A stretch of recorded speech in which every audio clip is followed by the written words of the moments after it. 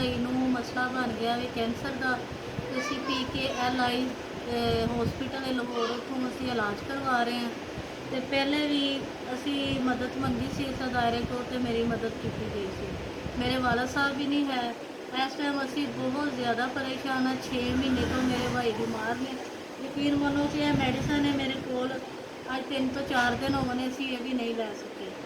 तो घर के हालात बहुत ज़्यादा खराब ने, साड़ा कमाने वाला कोई नहीं है। बड़ी मेहरबानी है जी, साड़ी हेल्प करो। तो मैं हुण दोबारा भाई नूं लाहौर लैके जाना वे, तो वो वास्ते मेरे को कोई खर्चा नहीं है।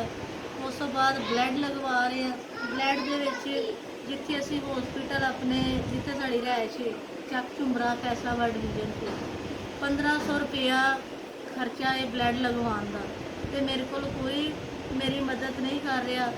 पहले लोग करते सन, हुण कोई मदद नहीं करते। बड़ी मेहरबानी है। तो मैनू मैडिसन की भी ज़रूरत है, तो घर खाने वास्ते भी। तो भाई नूं मैं दोबारा लैके जाना मैं PKLI हॉस्पिटल चैकअप वास्ते। इलाज मुफ्त हो रहा है, बाकी उतला खर्चा मेरे को नहीं है। एक ही मेरा भाई है। बड़ी मेहरबानी है, मेरी हेल्प करो। वाला साहब ने मेरी हेल्प, शुक्रिया जी।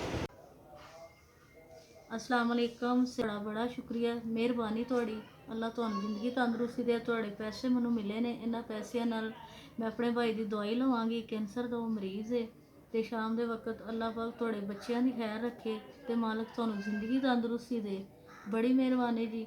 अल्लाह थोड़े रिजक च इजाफा करे। शुक्रिया जी, मेहरबानी।